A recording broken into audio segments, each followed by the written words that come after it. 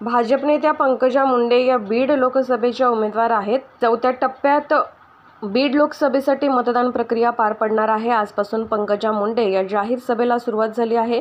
शिरूर तालुक्यातील जाट नांदूर गावात पंकजा मुंडे यांची पहिली जाहीर सभा झाली। ही निवडणूक माझ्यासाठी महायुद्ध आहे, परंतु या महायुद्धात मला कोणाला जखमी करायचे नाही, तर समाजातील एकी टिकवायची असल्याचे पंकजा मुंडे यांनी माध्यमांशी बोलताना सांगितले आहे।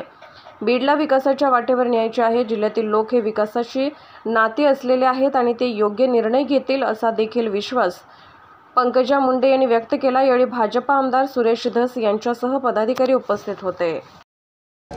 पहिला दिवस नाही, आमचा प्रचार महिना झाले चालू आहे आणि उमेदवारी डिक्लेअर होऊन 22-23 दिवस झाले असावे। आणि आज योगायोगाने आज 18 तारीख आहे, ज्या दिवशी नॉमिनेशन सुरू आहे। तर उत्साह आहेच आहे, कुठेही उत्साह आहे, असं कुठल्याही जागी उत्साह नाही असं नाही। प्रत्येकाचा उत्साहाचा रंग वेगळा आहे, पण उत्साह।